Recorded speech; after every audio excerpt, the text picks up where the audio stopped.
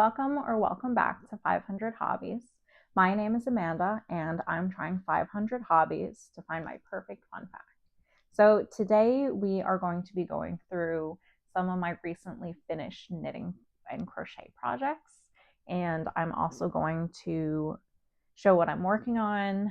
I have one major whip right now. Well, I have a ton, but we're going to talk about one major one today. And I also just had some yarn come in, so I thought we would take a look at that.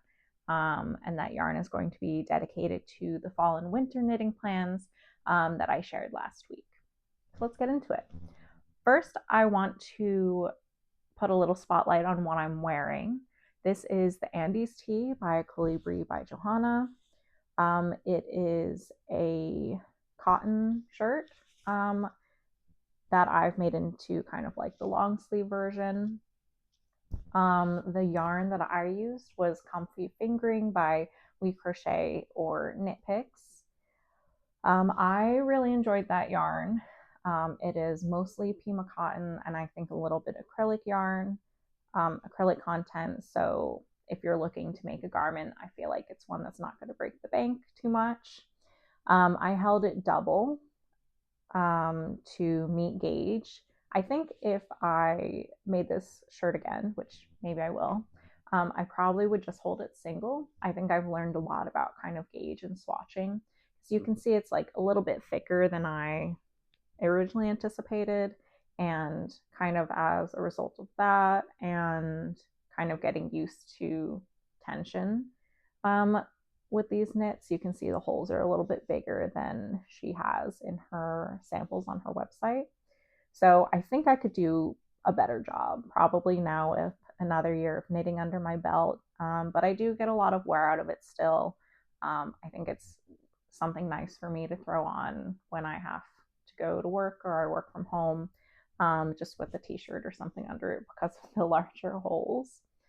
This was also the first knit that I did kind of looking at a chart, so I feel like this was a really good learning knit for me, and Johanna has really clear patterns of which I have bought a lot of and hope to make a lot of.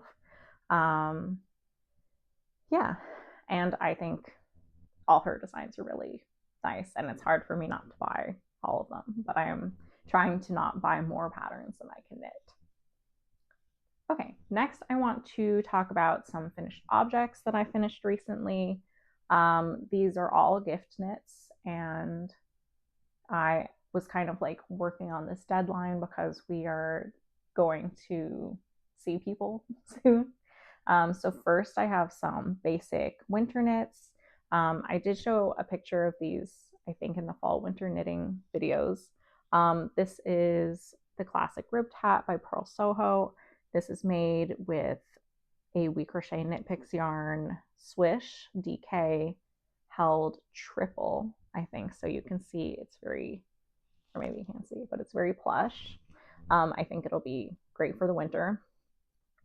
I think this is a really good basic knit hat pattern, really easy to follow. So you cast on, I think, like 100 plus stitches, and then you knit it up for 6 to 8 inches, depending on how thick you want the brim of the hat to be. And then you do these kind of like decreases in the crown, separated evenly, and then you just tie it up top.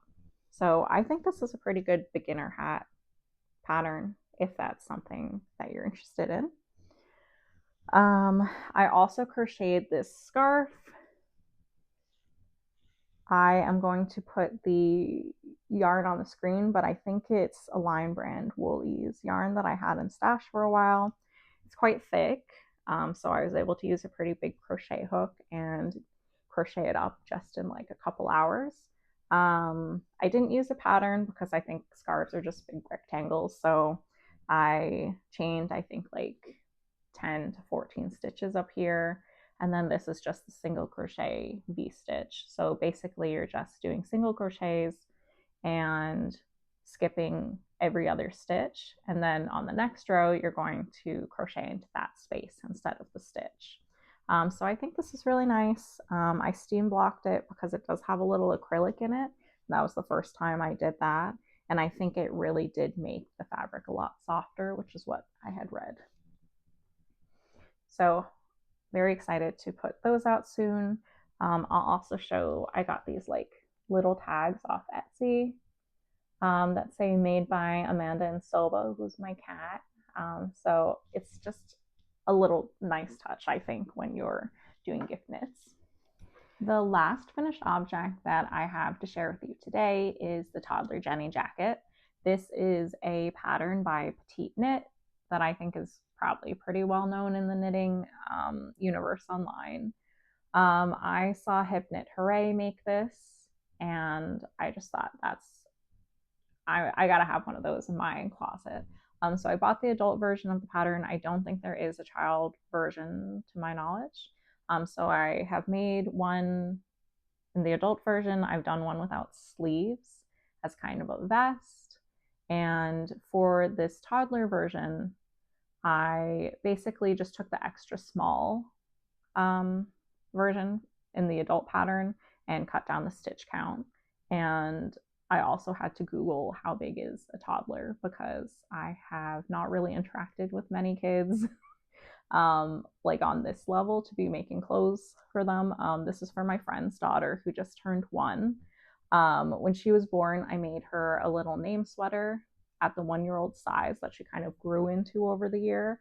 So I thought that I would do her a cardigan this year, and it's been really fun to kind of see how she grows into these hand knits.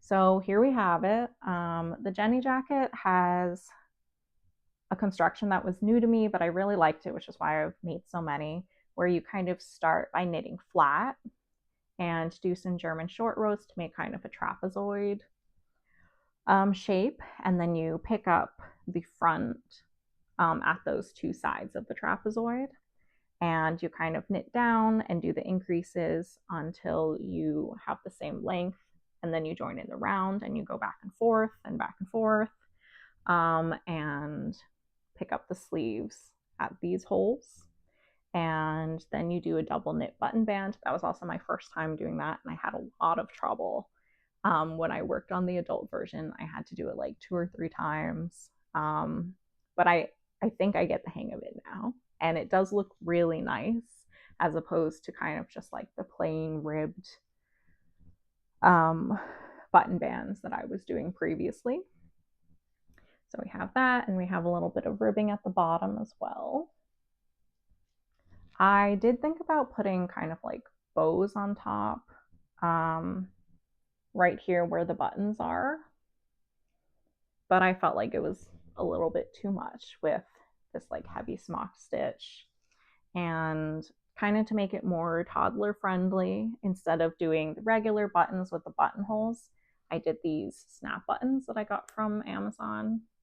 So I guess just to reiterate, I don't really know at what age kids start dressing themselves, but my idea was if she had some snap buttons, like maybe she could do some stuff on her own. And at the very least, they're quite large, so I won't worry about my button handiwork coming off and then her swallowing a button or something like that, because that's really worst case scenario. So there we have it. I'm very pleased with it, and I'm really excited to give it to her. Hopefully I'll get to see her soon. I also made these little scrunchies for her. I noticed that she does a lot of pigtails in the pictures my friends send me. So basically I just took these like little hair elastics and I did a single crochet round until it was full, and then I did 2 single crochets in every single crochet, and then for another round, and then we have this little scrunchie. So I'm going to weave in the ends before I give these. I had some leftover yarn from when I made her mom a bridesmaid shawl for my wedding, so I thought it would be nice for her to have these little accessories. So the major work in progress, or WIP, that I have to talk about today is this basket weave cardigan that I'm kind of freehanding based off of the Jenny jacket pattern. So I'm working the same construction with the trapezoid, made with the German short rows, picking up the yoke around kind of the sides of the trapezoid, and then working around for the body and picking up the sleeves, and then finally with the double knit button band, which I haven't gotten to yet. So I've made some pretty good progress here. I'm kind of working the sleeves and the body, not at the same time, but I am kind of like going back and forth every time I finish a ball of yarn. And this yarn was frogged from a previous cardigan that I did not finish. So there are some kind of like, it's not like the natural skeins. I kind of wound them up until my yarn winder wouldn't hold it anymore. So take a look here. So here's one of the sleeves that I finished. So you can see the basket weave pattern is basically just 4 knit stitches and then 4 purl stitches, and then you alternate them every 4 rows. So I have these little squares, and then I have some ribbing at the end of the sleeve. So you can kind of see what we're working with. I've made some pretty good progress on the body, and I'm almost done with the ball of yarn that I'm working on. So once I am done with that yarn, I'm going to pick up the other sleeve, and then I'll come back to the body and finish that off. I have 2 weeks to finish it. So since this is my main work in progress, I do think that I am going to finish it. Yeah. So I'm pretty happy with how that's going. It's just kind of a slog once you get to the parts without any increases, in my opinion. Okay, so finally, the last thing I want to talk about is a new yarn acquisition. These came from Knit Picks the other day, and Knit Picks or WeCrochet. And this yarn is Muse. This is the Aran weight in the color Focus Tonal. So I think this is a really pretty variegated yarn. In terms of content, it's 100% superwash merino wool. This is going to become my clematis sweater, which I am super, super excited to cast on. I would say probably the most excited out of the fall and winter plans that I have.